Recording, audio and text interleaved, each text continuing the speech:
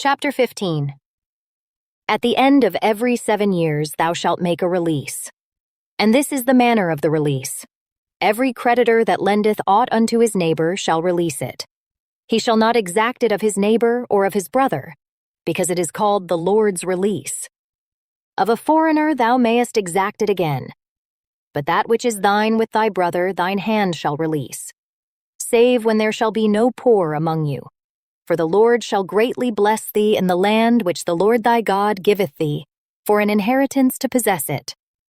Only if thou carefully hearken unto the voice of the Lord thy God, to observe to do all these commandments which I command thee this day. For the Lord thy God blesseth thee, as he promised thee. And thou shalt lend unto many nations, but thou shalt not borrow. And thou shalt reign over many nations, but they shall not reign over thee.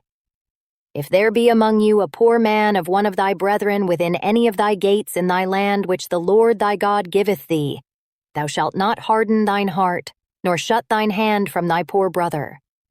But thou shalt open thine hand wide unto him, and shalt surely lend him sufficient for his need in that which he wanteth.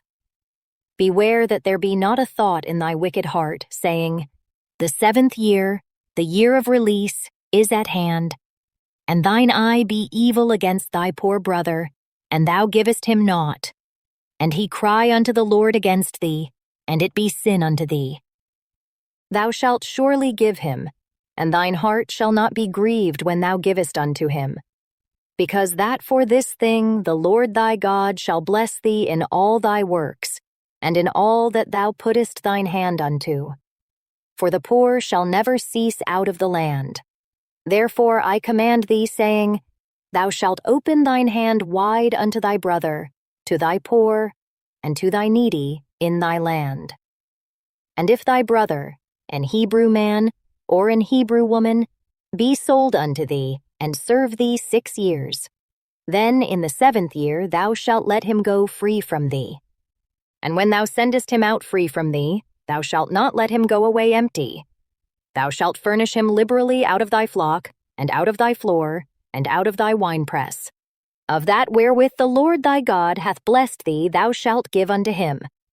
And thou shalt remember that thou wast a bondman in the land of Egypt, and the Lord thy God redeemed thee. Therefore I command thee this thing today. And it shall be, if he say unto thee, I will not go away from thee, because he loveth thee and thine house, because he is well with thee, then thou shalt take an awl, and thrust it through his ear unto the door, and he shall be thy servant forever. And also unto thy maidservant thou shalt do likewise. It shall not seem hard unto thee when thou sendest him away free from thee, for he hath been worth a double hired servant to thee in serving thee 6 years, and the Lord thy God shall bless thee in all that thou doest. All the firstling males that come of thy herd and of thy flock thou shalt sanctify unto the Lord thy God.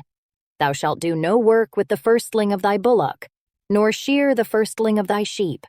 Thou shalt eat it before the Lord thy God year by year in the place which the Lord shall choose, thou and thy household.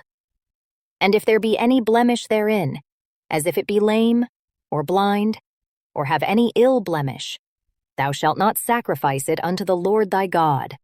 Thou shalt eat it within thy gates. The unclean and the clean person shall eat it alike, as the roebuck and as the hart. Only thou shalt not eat the blood thereof. Thou shalt pour it upon the ground as water.